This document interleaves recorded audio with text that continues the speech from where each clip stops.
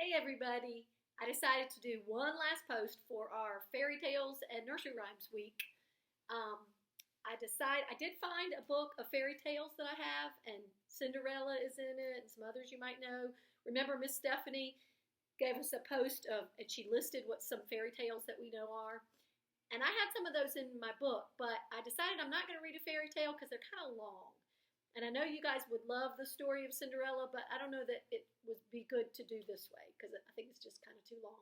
So I'm going to read some nursery rhymes, but I decided I would dress up like a fairy tale. I'm dressed up.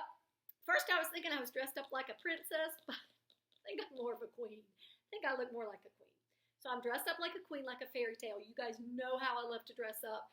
I love to be a clown during circus week. I love to dress up like a pirate during pirate week. So I decided I would read nursery rhymes, but I dress up like a fairy tale. The nursery rhyme book that I got from our classroom is this one. The illustrations are done by Rosemary Wells. I bet you guys recognize her illustrations.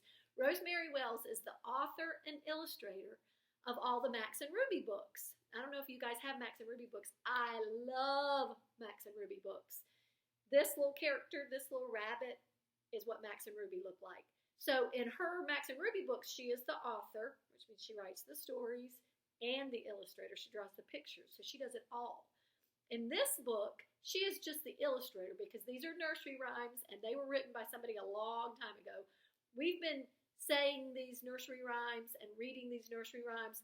I read them when I was little. My parents read them when they were little. I bet your grandma and grandpas even know these nursery rhymes. You'll have to ask them. They've been around a long time. Remember, Miss Stephanie told us nursery rhymes are written for children. They are rhymes, usually. They are in verse and rhyme at the end, like a poem. They are short. They're usually short. Sometimes we've even turned them into songs. One of these you'll see is a song that I'm going to do. But anyway, so this one is Little Boy Blue. This first one I'm going to do. Let me show you a picture of Little Boy Blue. Little Boy Blue is the little rabbit in the blue overalls, and his job on the farm is to watch the animals. Listen to what happens in this. Little Boy Blue, come blow your horn. The sheep's in the meadow, the cow's in the corn. Where is the boy who looks after the sheep? He's under a haystack, fast asleep. Will you wake him? No, not I. For if I do, he's sure to cry. So, I think what's happening in this story is Little Boy Blue's job, like we said, is to watch the animals. He watches the sheep and the cows and maybe other animals. But they know that he's not doing his job because the sheep are in the meadow. I guess they're not usually supposed to be in the meadow. The cow's in the cornfield. We know that's not where the cow goes. And they find out that Little Boy Blue is fast asleep in the haystack. That's why the animals aren't where they're supposed to be. But I love the end of this story because they're going to let him sleep. He's tired, and if they woke him up, it would make him cry. So they're going to let Little Boy Blue sleep. This one is about a grandfather clock. See that picture of a grandfather clock? You've probably seen one before because either you might have one at your house or maybe grandma and grandpa have one at their house, or you've probably at least seen a picture of a grandfather clock before.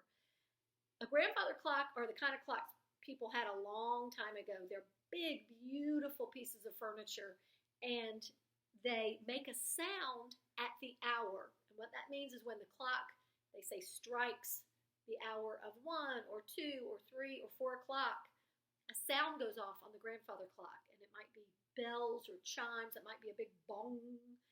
But let's say the clock, it turned to 4 o'clock. The clock would say bong, bong, bong, bong. It would make 4 noises of whatever sound it made when it was 4 o'clock, for the 4 hours of 4 o'clock. So that's what this story is about, this grandfather clock. And remember, they say it strikes 1 o'clock, and what that means is the sound that makes the noise when it hits 1 o'clock. Dickory, dickory, dock. The mouse ran up the clock. The clock struck 1, the mouse ran down. Dickory, dickory, dock. Look at the picture. There's the grandfather clock. There's a mouse right up there. And he he's up in the clock, and it strikes 1, and he runs down. And I think it's probably because it scares him. It's loud. If he's up in that clock when it makes the noise, it's really loud. This last one I'm going to do, we do as a song. I think you've probably heard this before. I don't really know what it's about. You guys listen to it and see if you can tell me what you think it's about. Shoo fly, don't bother me. Shoo fly, don't bother me. Shoo fly, don't bother me. I belong to somebody. The picture is a rabbit, and he's holding a pie. He's got a fork in this hand, and he's swatting flies with a fly swatter in this hand. Don't really know the meaning of that, but I sure do like singing the song. I hope you guys have enjoyed Fairy Tale and Nursery Rhyme Week. Next week we're going to start all the way with A, and we're going to review all the letters we've done up to now, just to kind of catch everybody up. I think we're also going to start doing our circle time on Monday, Wednesday, and Fridays. We're going to start doing a regular live circle time. I'll talk more with your moms and dads about that. I'll post about it. But I'm thinking we might meet and actually do some circle time. So I hope you guys can join us for that. But we'll talk more about that. We'll post more about that. You guys keep posting your videos and your pictures. I love them. It makes my day to see you guys because I miss you so much. Me and Miss Stephanie miss each other because we don't get to be together now either. And we miss you guys so very much. Everybody have a great weekend. Love you guys. Bye.